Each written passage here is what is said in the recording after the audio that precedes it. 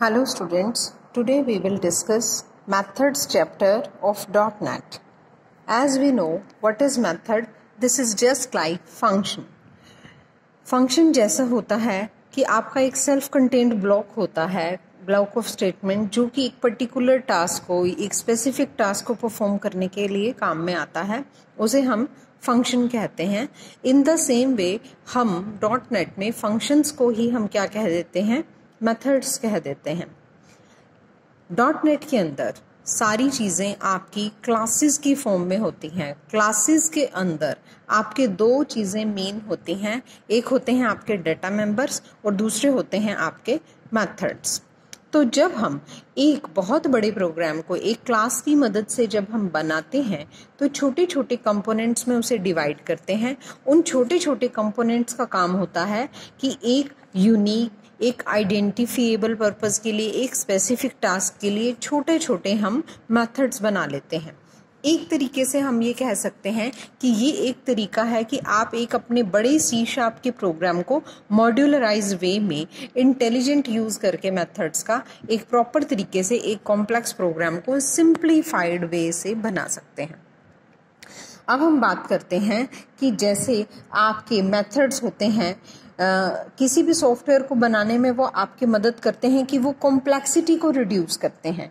Complexity को reduce करने का मतलब ये है कि एक लार्ज प्रोग्राम है, वो काफ़ी कॉम्प्लेक्स लग रहा है आपको, आप उसको कहीं छोटे छोटे एलिमेंट्स के अंदर बांट दीजिए, छोटे छोटे मेथड्स बना लीजिए और उनको कंबाइन करके आप जब एक क्लास में डाल देते हैं तो वो क्या बन जाता है, एक मेथड बन जाता है। नेक्स्ट टॉपिक है आपका कि आप मेथड को डिक्लेयर कैसे करेंगे। इन C# आप मेथड को डिक्लेयर करने के लिए बिल्कुल सेम वैसा ही टाइप यूज करते हैं जैसे आप फंक्शन यूज करते थे।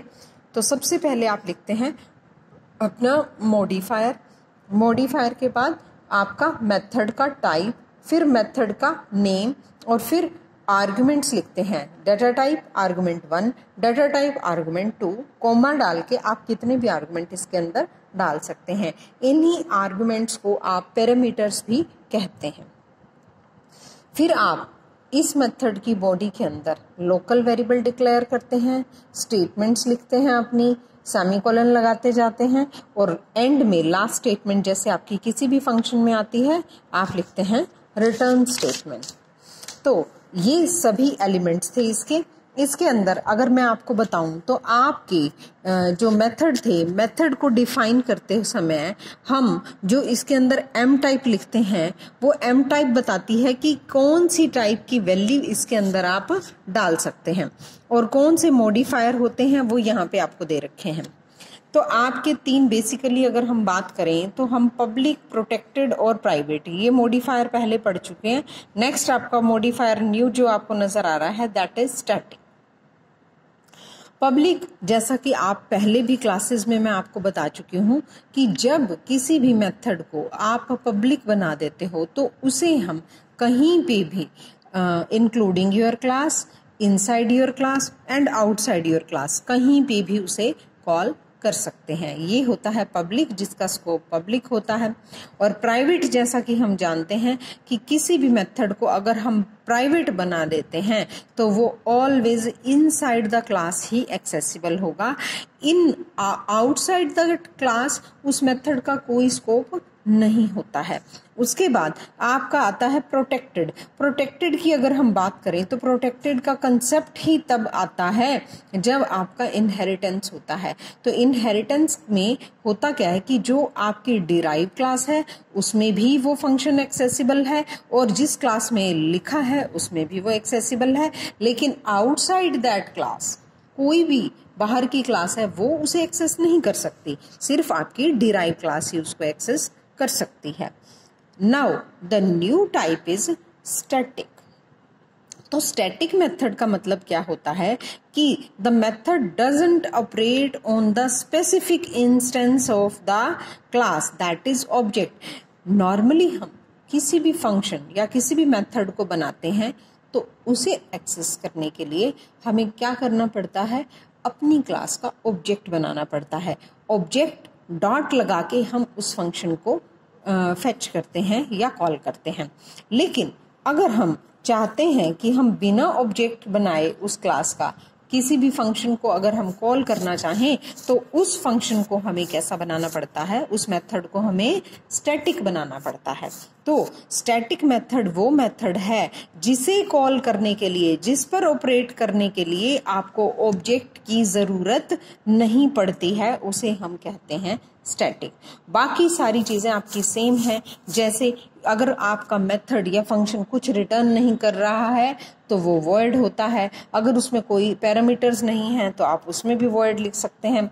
आपका हर फंक्शन कुछ ना कुछ वैल्यू रिटर्न करता है। अगर हमने कुछ वैल्यू उसमें रिटर्न नहीं कराई, बाय डिफ़ॉल्ट उसकी टाइप क्या होती है, इंटीजर होती है। एक एग्जाम्पल आपको दे रखा है 5.1 में, that is static void sample नाम से एक मेथड बनाया गया है, जिसके अंदर हमने क्या किया है, कंसोल डॉट राइट लाइन एक फंक्शन यूज किया है, जिसके द्वारा हम एक मैसेज प्रिंट करा रहे हैं, I am learning C# methods. तो ये आपने किया और उसको बंद कर दिया। अब ये फंक्शन जो है आपका, इसमें आपके रिटर्न टाइप वर्ड है, मेथड का नेम सैंपल है, आर्गुमेंट या पैरामीटर्स कुछ भी नहीं है। स्टैटिक उसका क्या है, मॉडिफायर है, और वो एक मैसेज प्रिंट कर रहा है, ये मैसेज प्रिंट करेगा।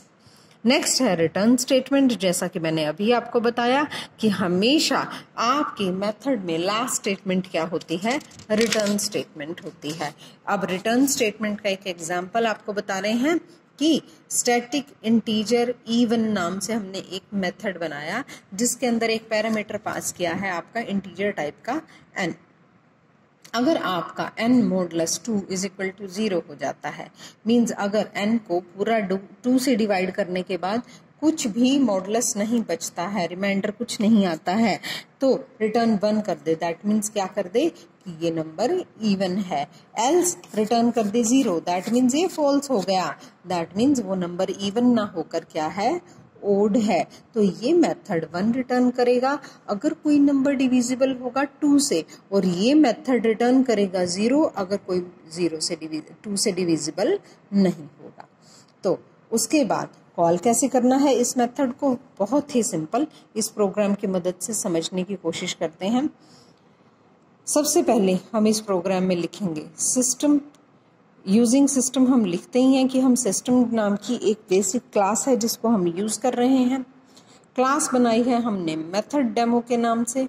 उसके बाद हमने स्टैटिक वॉइड मेन लिखा है, उसके अंदर हमने एक फंक्शन को कॉल किया है सैंपल। इसके बाद हमने एक मैसेज प्रिंट करा है console dot right line I am in main method, और हमने इसे बंद कर दिया। जब हम मेन के अंदर सैंपल मेथड को कॉल करेंगे तो ये नीचे जाएगा यहाँ से इस स्टेटमेंट तक। तो स्टैटिक वॉइड सैंपल आपका फंक्शन कॉल होगा और ये एक मैसेज प्रिंट करेगा console dot right line I am learning C# methods, और ये मैसेज प्रिंट करके वापस जाएगा मेन में जहाँ से हमने इसे कॉल किया था। उसके बाद फिर से मैसेज प्रिंट करेगा I am in main method. तो इस तरीके से हमने एक फंक्शन को कॉल करना होता है, क्योंकि जब हमने इस फंक्शन को कॉल किया, ध्यान दें ये क्लास के अंदर था, इस क्लास का हमने कोई ऑब्जेक्ट नहीं बनाया, फिर भी हम इस मेथड को कॉल कर रहे हैं इसके अंदर। जब हम इसके अंदर इसे कॉल कर रहे हैं तो हम कॉल क्यों कर पा रहे हैं इसको, क्योंकि हमने इसका मॉडिफायर स्टैटिक लिखा है। जब हम एक मेथड के आगे स्टैटिक लिख देते हैं तो हम उसको बिना ऑब्जेक्ट के कॉल कर सकते हैं, ये मॉडिफायर होता है। मैंने अभी आपको बताया इसके बारे में।